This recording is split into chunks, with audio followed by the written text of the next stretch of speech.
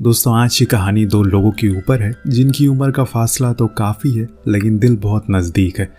एक 74 साल की बूढ़ी औरत जिसको अपने नाती की उम्र के लड़के से प्यार हो गया, लेकिन क्या समाज इसे अपना पाएगा? और क्या सच में प्यार में इतनी ताकत होती है कि वो दो प्यार करने वालों को अंधा कर देती है? जिम नाम की एक औरत जो कि एक छोटे से गाँव में रहा करती है और खुद का गुजारा करने के लिए समुद्र के अंदर मिलने वाले जीवों को पकड़ कर लाती है, उन्हें बाहर मार्केट में बेच दिया करती है। इस काम के लिए वो पूरे गांव में मशहूर है क्योंकि वो बिना किसी ऑक्सीजन सिलेंडर के समुद्र की गहराइयों में चली जाती है, जिसके चलते उसका नाम गिनीज वर्ल्ड रिकॉर्ड में भी दर्ज है।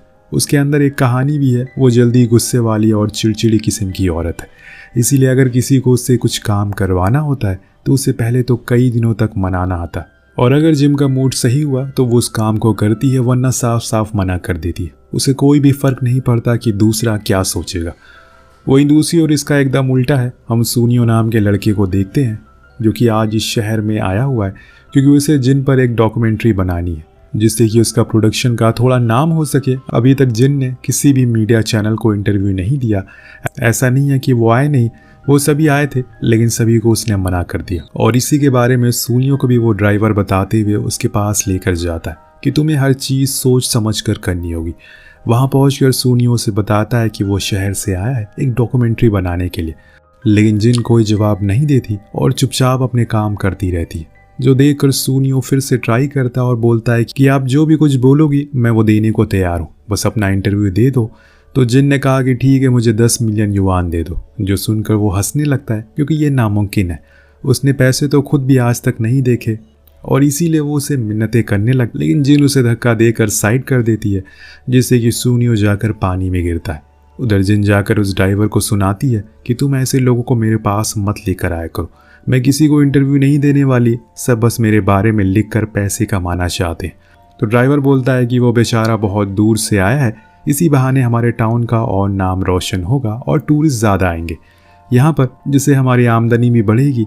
लेकिन जिन को कोई फ़र्क नहीं पड़ा, वो वहाँ से अपने घर की ओर आ गई, जहाँ हमने देखा कि उसका एक बीमार पति है जिसकी वो देखभाल करती है और घर के खर्चे के लिए बाहर कमाने भी जाती है। शायद उसके हालातों ने उसे ऐसा चिड़चिड़ा बना दिया क्योंकि जिस पर जो बीतती है वही जानता है। फर्स्ट एसी में बैठा शख्स कभी भी जनरल क्लास का दर्द समझ नहीं पाता, यही दुनिया की हकीकत है।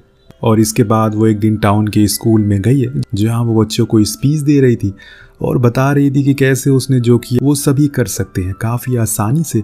वहाँ सूनियो भी पहुँचता है जिसको ड्राइवर ने इस बारे में बताया था, और वो वहाँ उसे अपनी बेटी से भी मिलवाता है जो उसी स्कूल की टीचर है। उसका कहना था कि आज जिनका मूड अच्छा है, अगर वो उससे बात करने के लिए तैयार हो जाए तो जाकर कर सकता है। सूनियो मान जाता है और फिर जाकर उसके पास बैठ जाता है, पर वो उसे साफ मना कर देती है कि मुझे कोई शौक नहीं है कैमरा के सामने आने का, और ना ही मैं ये काम कभी करने वाली हूँ, इसीलिए तुम अपना समय बर्बाद कर रहे हो। जो सुनकर सूनियो ने कहा कि आप तो इतनी प्यारी हैं, हर कोई आपको देखना चाहता है, आपकी कहानी को सुनना चाहता है। ये बोलकर उसने उनका हाथ पकड़ लिया, लेकिन जिन ने दूर होते हुए कहा कि मैंने मना कर दिया, क्यों मेरे पीछे पड़े हो तुम? तो सूनियो भी ये सुनकर उदास हो जाता है और उस रात हम उसको ड्राइवर की बेटी हतीशो के साथ डिनर करते हुए देखते हैं, जो उसे बताती है कि जिन को यहाँ गांव के लोग देवी मानते हैं क्योंकि उसने न जाने कितने लोगों को समुद्र में डूबने से बचाया है। इस बीच हम जिन को उसके घर पर देखते हैं जहाँ वो अपनी बेटी की तस्वीर के आगे बैठी कहती है, देखो बेटा, आज तुम्हारी मम्मा टीचर भी बन गई, तुम यही चाहती थी ना। ये बोलकर उसकी आंखों में आंसू आ जाते हैं। अगले दिन हतीशी कुछ बच्चों को लेकर डाइविंग सिखाने लगती है। डाइविंग सिखाने जाती है जहाँ जिन उन्हें गाइड करेगी। इस बीच वहाँ पर सूनियो आ पहुँचता है, जिसको देखकर जिन ने अपना मुंह बना लिया। हतीशी से पूछा कि वो यहाँ क्या कर रहा है, तो उसने बताया कि स्कूल ने इसे अपना प्रमोशनल वीडियो शूट करने के लिए भेजा। जो सुनकर उसने कहा कि ठीक है, लेकिन इससे कहना कि ये मुझसे दूर है। दिन हम देखते हैं कि अब सभी बच्चों को पता चलता है कि जिन कई मिनट तक पानी के नीचे रह सकती है, तो वो सब जिद करने लगते हैं उसे उनके सामने ऐसा करने के लिए। तो जिन भी उनको ना नहीं कह पाती और पानी में कूद जाती है। दूर खड़े हम सूनियो को देखते हैं जो असल में उसी की वीडियो को शूट करने के लिए आया था, ना कि बच्चों की। और ये हतीशी का प्लान था। अब बहुत देर हो जाती है लेकिन जिन पानी से बाहर नहीं आती और सूनियो भी पानी की ओर आंख लगाए बैठे हुआ है। पर जब कुछ देर बीत जाते हैं तो उसे फिक्र होने लगती है, इसीलिए वो पानी में कूदता है उसे बचाने के लिए। पर कुछ ही देर में वो डूबने लगता है, जिसको देखकर सब बच्चे चिल्लाने लगते हैं और उनकी चीखें सुनकर जिन फौरन बाहर आती है। जाकर सूनियो को बचाती है जो पानी में डूब रहा था। वो फौरन ही उसे बाहर लेकर आती है और उसे होश में लाने के लिए CPR देती है, जिससे वो होश में आ जाता है। पर जिनकी आंखें आंसुओं से भर चुकी थी वो उसे गले से लगा लेती और रोना बंद ही नहीं करती। सूनियो भी रो रहा था। शायद दोनों का कोई ऐसा अतीत होगा जिनको आज उन्होंने फिर से अपनी आंखों के सामने देख लिया। इसीलिए सभी के जाने के बाद सूनियो वहीं समुंदर के किनारे किसी को याद करके खूब रोता है और घर पर अपनी 12 साल की बेटी की फोटो के सामने बैठे जिन किसी सोच में गुम सी हो जाती है। 2 दिन बीत जाने के बाद सूनियो जिन के घर पहुंचता है उसे शुक्रिया कहने के लिए, क्योंकि उसने उसकी जान बचाई। उसने फैसला किया कि वो जिन के सारे कामों में उनका हाथ बटाएगा। ये जानकर जिन ने कुछ नहीं कहा, पर सूनियो बिना कहे अगले दिन उसके काम पर पहुंच गया, जहां पर उसके काम को देखकर सभी औरतें उसका मजाक बनाने लगी। लेकिन सूनियो ने बुरा नहीं माना, क्योंकि धीरे धीरे वो ये सब सीख जाएगा। इसके बाद उसने खेतों का भी काम करना शुरू कर दिया और कुछ ही दिनों के अंदर उसने सब कुछ सीख लिया। साथ में वहाँ पे जिनके साथ काम कर रही और औरतों के साथ भी वो घुल मिल जाता है। यहाँ सभी को जिनका साथ पसंद आने लगता है और एक दिन तो वो सब उनके साथ डांस भी करती हैं, जो सूनियो काफ़ी इंजॉय करती है, क्योंकि उसे ऐसा प्यार मिलेगा उन सभी से उसने कभी सोचा नहीं था। अब एक दिन सूनियो की बिक्री अच्छी होती है, इसलिए वो जिन को लेकर एक कैफ़े में जाता है और वहाँ कुछ खाने ऑर्डर करता है। इतने में उसके दोस्त का कॉल आ जाता है, जो उसे बताता है कि यार तुम शूटिंग कब से शुरू कर रहे हो। बॉस बहुत ज़्यादा गुस्सा कर रहे हैं। उनका कहना है कि इसमें टाइम और पैसा दोनों ही बर्बाद हो रहा है। तो सूनियो उन्हें भरोसा दिलाता है कि कुछ ही दिन में वो काम ख़त्म करके लौट आएगा। उसका काम आधा पूरा हो गया, पर सच्चाई तो ये है कि उसने अभी तक शूटिंग शुरू ही नहीं करी। उसका दोस्त उसे ये सलाह देता है कि उस लेडी के और करीब जाओ, तब वो मान जाएगी तुम्हें इंटरव्यू देने के लिए। जिसके जवाब में सूनियो बस हाँ कहता और अंदर आ जाता है, जहाँ वो जिन की मासूमियत को देखकर हंसने लगता है, क्योंकि वो सभी को वहाँ पर चम्मच से खाते हुए देखकर खुद भी ट्राई करती है। पर सूनियो बोलता है कि आप वैसे ही खाओ जैसे आपको पसंद है। दिन दोनों ही एक स्कूटर पर घर लौट आते हैं। कुछ दिन बाद सभी औरतें साथ में गुफ्तगू कर रही होती है, जिसमें एक कहती है कि यार पहले तो काम पर आने का दिल नहीं करता था, पर अब तो हर दिन आने का मन करता है। कम से कम एक मर्द तो है। जो सुनकर एक ने जिन की ओर देखा और बोला कि मुझे तो बहुत जलन होती है, वो बस तुम्हारा ही सामान उठाता है, हमारी कोई भी मदद नहीं करता। कभी कुछ फ़ायदा भी उठाओ उसका, या फिर ऐसे ही उसे काम करवाती रहोगी। जिसके जवाब में जिन ने कहा कि चुप रहो, तुम लोग पागल हो गए हो, वो मेरी नाती की उम्र का है। तो एक ने बोला कि उम्र बस एक नंबर है जिसके आसपास ही हम घूमते रहते हैं। इंसान को एक ही बारी जीने को ज़िंदगी मिलती है, इसीलिए ज़्यादा सोचना नहीं चाहिए। उन सभी के साथ जिन भी मन ही मन मुस्कुराने लगती है। ये एहसास उससे कुछ अलग था उसके लिए। खैर, अगले दिन हम उस सूनियो को देखते हैं जो गाड़ी में सामानों को रखवा रहा था, जिससे उसके कपड़े गंदे हो जाते हैं। इसीलिए वो वहीं जिन के घर जाकर नहाने लगता है। उधर जिन भी मार्केट से जब घर लौट आती है तो उसने सूनियो को नहाते हुए देखा। बहुत ही अजीब वो महसूस करती है। वहाँ से वो तुरंत बाहर आ जाती है। पूरी रात वो उसी चीज़ के बारे में सोचती रहती है। उसे बहुत ही अजीब लग रहा था, खुद के ऊपर शर्म भी आ रही थी। तभी सूनियो का कॉल आता है, पर वो इतनी शर्मिंदा थी कि उसे फ़ोन तक नहीं उठाती। तो सूनियो एक मैसेज ड्रॉप करता है जिसमें लिखा था कि वो कुछ दिन के लिए शहर जा रहा है, जल्दी ही वापस आएगा। जब अगले दिन इस बारे में जिनकी दोस्त को पता लगता है तो सभी कहती हैं कि देखना वो नहीं आएगा। शहर के लोग ऐसे ही होते हैं, बहुत ही मतलबी किस्म के। उनकी बातें सुनकर जिन भी मायूसी हो गई।